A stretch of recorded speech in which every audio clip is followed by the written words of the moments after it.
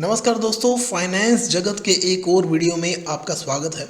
आज का जो हमारा वीडियो है उसका टॉपिक है how to decide the amount of a car loan. ये सबसे ज़्यादा पूछे जाने वाला क्वेश्चन है। मेरे पास बहुत सारे ईमेल्स और मैसेजेस वगैरह आते रहते हैं जिसमें कि यूज़र्स ये पूछना चाहते हैं कि आज की डेट में उन्हें कितनी अमाउंट का कार लोन लेना चाहिए, या अगर उनकी इनकम इतनी है तो उन्हें कितने रुपए तक वाली कार लेनी चाहिए। दैट मीन्स कि कार अफोर्डेबिलिटी उनकी क्या है, क्योंकि वो ये सोचते हैं कि कहीं ऐसा ना हो कि उतनी इनकम उनकी ना हो जितने का वो लोन लेके बैठ जाएं, या इनकम के हिसाब से ज़्यादा महंगी कार लेके ना बैठ जाए कहीं। ठीक है जी।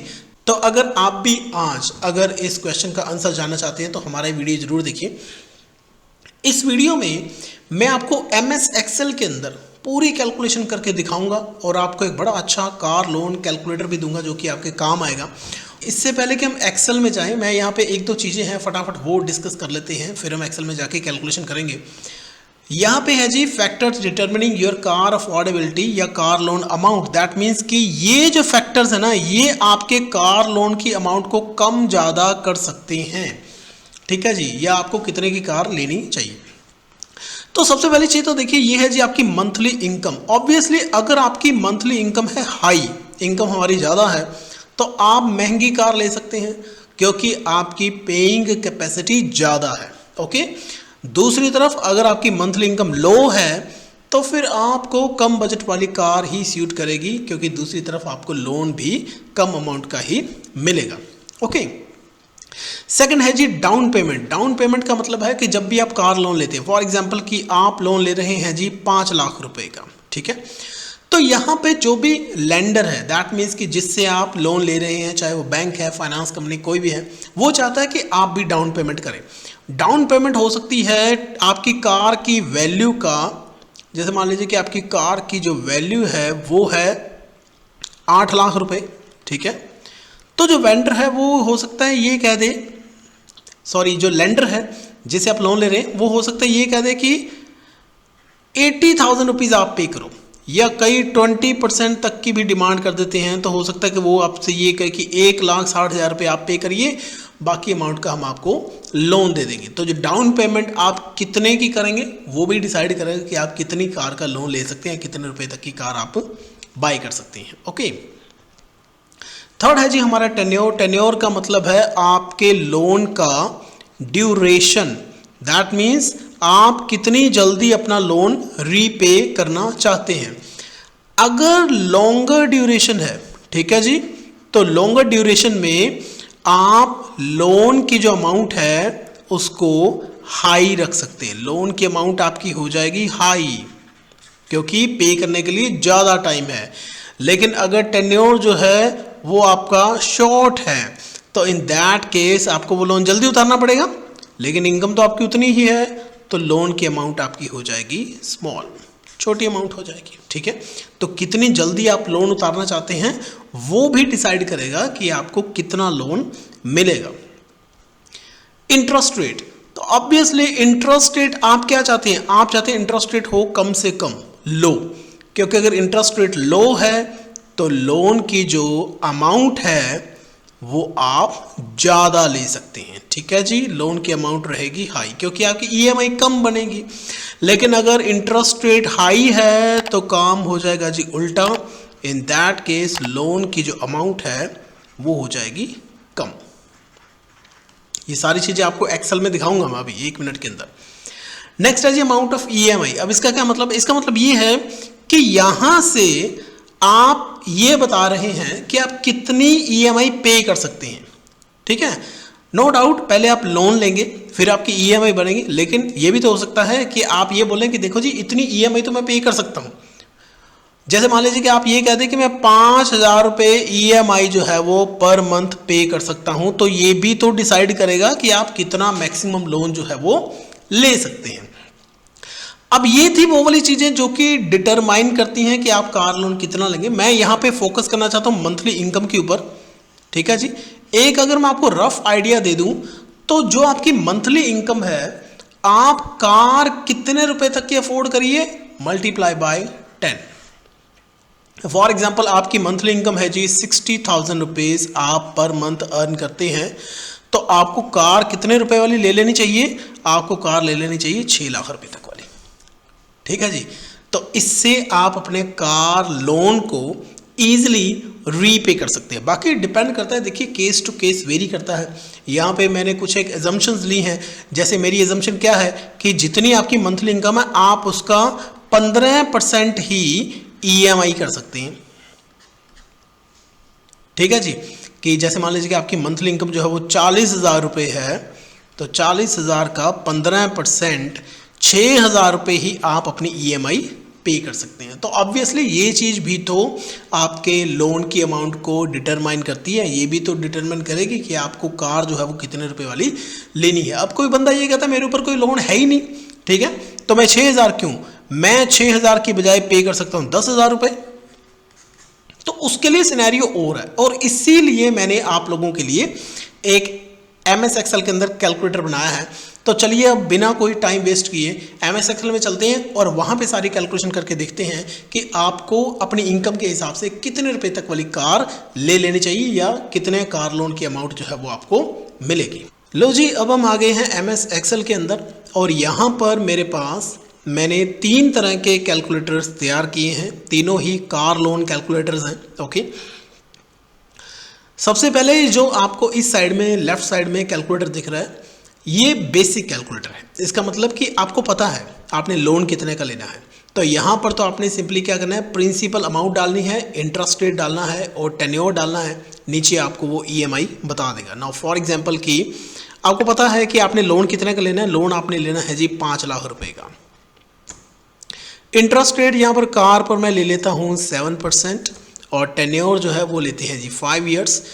तो 5 लाख रुपए का अगर आप लोन लेते हैं, 7% आपका रेट ऑफ इंटरेस्ट है, टेन्योर 5 इयर्स है, तो आपकी EMI कितनी बन गई 9,900 रुपये। ये आपकी EMI है। ओके, और साथ में ये जो कैलकुलेटर है वो आपको ये भी बता रहा है कि जब आप 9,900 EMI पे करेंगे तो टोटल पेमेंट हो जाएगी इतनी 5 साल के अंदर। ओके, 5 लाख रुपए का आपने लोन लिया और 94,036 जो है वो आपका इंटरेस्ट बनेगा। ठीक है जी। तो ये कैलकुलेटर तो क्या था, ये कैलकुलेटर तो इसलिए था कि ताकि हमें ये पता चल जाए कि अगर हम इतने का लोन लेते हैं तो हमारी EMI कितनी बनती है। तो सिर्फ कार लोन ही नहीं, अगर आप मेरे वीडियोस देखोगे पर्सनल लोन के ऊपर, होम लोन एटसेट्रा के ऊपर, तो मैंने हर तरह के लोन के लिए ऐसा EMI कैलकुलेटर जो है वो बना के दिया हुआ है। तो आप उन वीडियोस को देखिए और उसके साथ ही इन कैलकुलेटर्स को डाउनलोड करके रखिए, आपके बहुत ज़्यादा काम आएंगे। तो ये तो था जी वो कैलकुलेटर जिसमें आपको पता है, आप सिर्फ EMI जानना चाहते हैं, लोन आपको पता है। अब आप आइए साथ वाले कैलकुलेटर में, ये कैलकुलेटर, अब इसकी बात करते हैं। इसका नाम है जी loan amount from monthly income, जो कि आपके बहुत ज़्यादा काम का है। अब मान लीजिए कि आप मंथली इनकम तो आपको पता है कि आप इतने पैसे पर मंथ कमा रहे हैं। अब आप ये जानना चाहते हैं मैं कार जो है वो कितने रुपए वाली लूँ। तो सबसे पहले आपने क्या करना है, इस सेल के अंदर मंथली इनकम अपनी डाल देनी है। फॉर एग्जाम्पल कि कोई पर्सन कमा रहा है जी 60,000 रुपीज पर मंथ। ठीक है, नीचे है जी स्पेंट ऑन EMI। इसका मतलब कि आप अपनी इनकम का कितने % EMI के ऊपर स्पेंड कर सकते हैं। ठीक है जी। तो मान लीजिए कि आप ये कहते हैं कि मैं अपनी इनकम का 15% जो है वो EMI दे सकता हूँ। आप 20% भी दे सकते हैं, 25% भी दे सकते हैं। जैसे कि मैंने पहले बताया, डिपेंड करता है पर्सन टू पर्सन कि आपके other loans, other commitments etcetera क्या है। ठीक है जी, रेंट पेमेंट वगैरह, तो ये हर पर्सन का वेरी कर सकता है। तो 60,000 आपकी मंथली इनकम है, 15% आप कह रहे हैं कि मैं अपनी इनकम का EMI दे सकता हूँ। इसका मतलब कि आप EMI कितनी पे कर सकते हैं, आप EMI दे सकते हैं जी 9,000 रुपीज पर मंथ, राइट। अब यहां पर भी इंटरेस्ट जो है वो मैंने लगा दिया 7% और टेन्योर जो है वो 5 इयर्स का है। तो आप 4,54,000 रुपीज का तो लोन ले सकते हैं, इतने का तो आपको लोन मिलेगा। तो जैसे कि मैंने आपको बताया था कि अब क्योंकि हम कार लोन जब लेते हैं तो उसमें जो हमारा लेंडर है वो क्या बोलेगा हमें डाउन पेमेंट के लिए भी। तो मैं यहाँ पे मान लेता हूँ कि डाउन पेमेंट आप करोगे 1,00,000 डाउन पेमेंट की अमाउंट आपने डाल दी। तो अफोर्डेबल कार प्राइस ये आ गया जी आपका 5,54,000। तो 5,54,000 रुपये की आप कार ले सकते हैं अगर आपकी मंथली इनकम 60,000 रुपये है और टेन्योर जो है वो आपका 5 ईयर्स है और आप 15% अपनी इनकम का EMI भर सकते हैं। अब यहाँ पे देखिए मैं आपको चेंज करके दिखाता हूँ। फॉर एग्जाम्पल कोई पर्सन ये कहता है कि मेरी इनकम 1,00,000 रुपये है, 15% ही रखें, तो वो कितने वाली कार ले सकता है? वो 8.5 लाख रुपए वाली कार जो है वो अफोर्ड कर सकता है। तो इसका मतलब कि जो हमारी ये चीज़ है, जो हमारी मंथली इनकम है, ये अफेक्ट करती है डायरेक्टली कि हम कितने रुपए वाली कार चलाएंगे।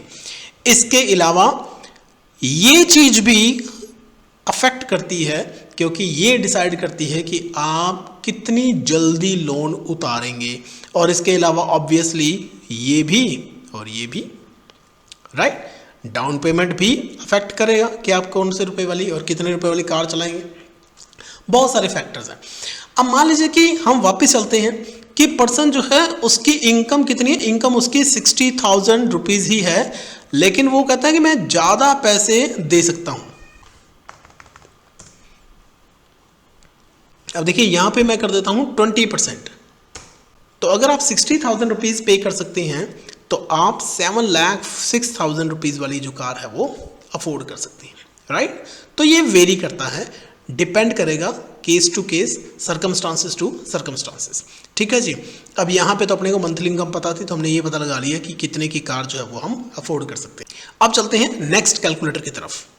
अब कई बार क्या है कि पर्सन कहता है कि मेरी इनकम जितनी मर्जी हो लेकिन मैं इतनी इंस्टॉलमेंट दे सकता हूँ। जैसे मान लीजिए कि इनकम तो मेरी 1,00,000 रुपये है लेकिन मेरे ऊपर लोन काफ़ी है, या मेरी कमिटमेंट बहुत है, बच्चे की स्कूल की फ़ीस है, रेंट पेमेंट्स है, बहुत कुछ खर्चे हैं। इनकम मेरी जितनी मर्जी है, EMI में इतनी ही दे सकता हूँ। तो अब बताओ कि मुझे कितने का लोन लेना चाहिए, या मान लीजिए कि मुझे कितने रुपए की कार जो है वो लेनी चाहिए। तो अगर आपको अपनी EMI पता है, दैट मीन्स कि this amount I can afford to repay the car loan, वो आपको पता है, इनकम जितनी मर्जी है, तो उसमें हमें काम आएगा थर्ड कैलकुलेटर। ये वाला कैलकुलेटर जो है वो उस केस में हमें काम आएगा, ठीक है जी। अब इसको कैसे यूज़ करना है, इस केस में आपने क्या करना है, अब इनकम वगैरह तो आप बॉदर करते नहीं है, या अपने को इनकम के हिसाब से तो कैलकुलेशन ठीक नहीं बैठ रहा है, लेकिन मुझे EMI का पता है। अब मान लीजिए कि मैं EMI 5,000 रुपीज़ दे सकता हूँ बड़े आराम से। इंटरेस्ट रेट मैं रखता हूँ 7%, टेन्योर मैंने कर दिया जी 5, ओके। तो मुझे लोन कितना मिलेगा, मुझे लोन मिलेगा जी 2,52,000 का। अब मान लीजिए यहाँ पे मैं 1,00,000 रुपए की डाउन पेमेंट करता हूँ, तो इसका मतलब कि मेरा जो अफोर्डेबल कार प्राइस है वो कितना है, 3,52,000। अब यहाँ पे मान लीजिए मैं कहता हूँ कि मैं 10,000 रुपये अफोर्ड करता हूँ और मुझे लेकिन लोन सिर्फ जो है ना वो 4 साल के अंदर ही उतारना है। तो इसका मतलब कि मैं कितने रुपए वाली कार अफोर्ड कर सकता हूँ, 5,18,000। अगर आप यहाँ पे मान लीजिए आपके पास सेविंग्स है और आप ज़्यादा डाउन पेमेंट अफोर्ड करते हैं, मान लीजिए कि आप अफोर्ड करते हैं 1,75,000 की डाउन पेमेंट, तो आप 5,93,000 रुपीज़ वाली जो कार है उसको अफोर्ड करते हैं। तो ये जो हमने 3 कैलकुलेटर्स बनाए, ये इसलिए बनाए ताकि आपका केस कोई भी हो, सिचुएशन कोई भी हो, सर्कमस्टांसेस कोई भी हो, आपके पास जो भी अमाउंट अवेलेबल है, दैट मीन चाहे आपके पास मंथली इनकम है, चाहे आपको लोन की अमाउंट पता है, चाहे आपको EMI की अमाउंट पता है, आप वो कोई भी अमाउंट इसके अंदर भर के पता लगा सकते हैं कि आपकी या तो EMI कितनी बनेगी या आपको लोन कितने का मिलेगा और आप कितने रुपए वाली कार जो है वो अफोर्ड कर सकते हैं, राइट। तो ये तीनों कैलकुलेटर्स ही बहुत ज़्यादा काम के हैं। इन तीनों कैलकुलेटर्स को ही हमने एक ही एक्सेल शीट के अंदर आपको डाल के दिया है। इस कैलकुलेटर का जो लिंक है, एक्सेल शीट का जो लिंक है, वो आपको डिस्क्रिप्शन बॉक्स के अंदर मिल जाएगा। तो दोस्तों, अगर आपको ये वीडियो अच्छा लगा तो इस वीडियो को लाइक और कमेंट ज़रूर कर दें, और फाइनेंस और शेयर बाजार से जुड़ी सारी जानकारी हिंदी में पाने के लिए इस चैनल को सब्सक्राइब करें और साथ ही दिए हुए बेल आइकन को भी दबाएं ताकि शेयर बाजार और फाइनेंशियल प्लानिंग से जुड़े नए वीडियो के नोटिफिकेशंस आपको मिलते रहें। Thank you.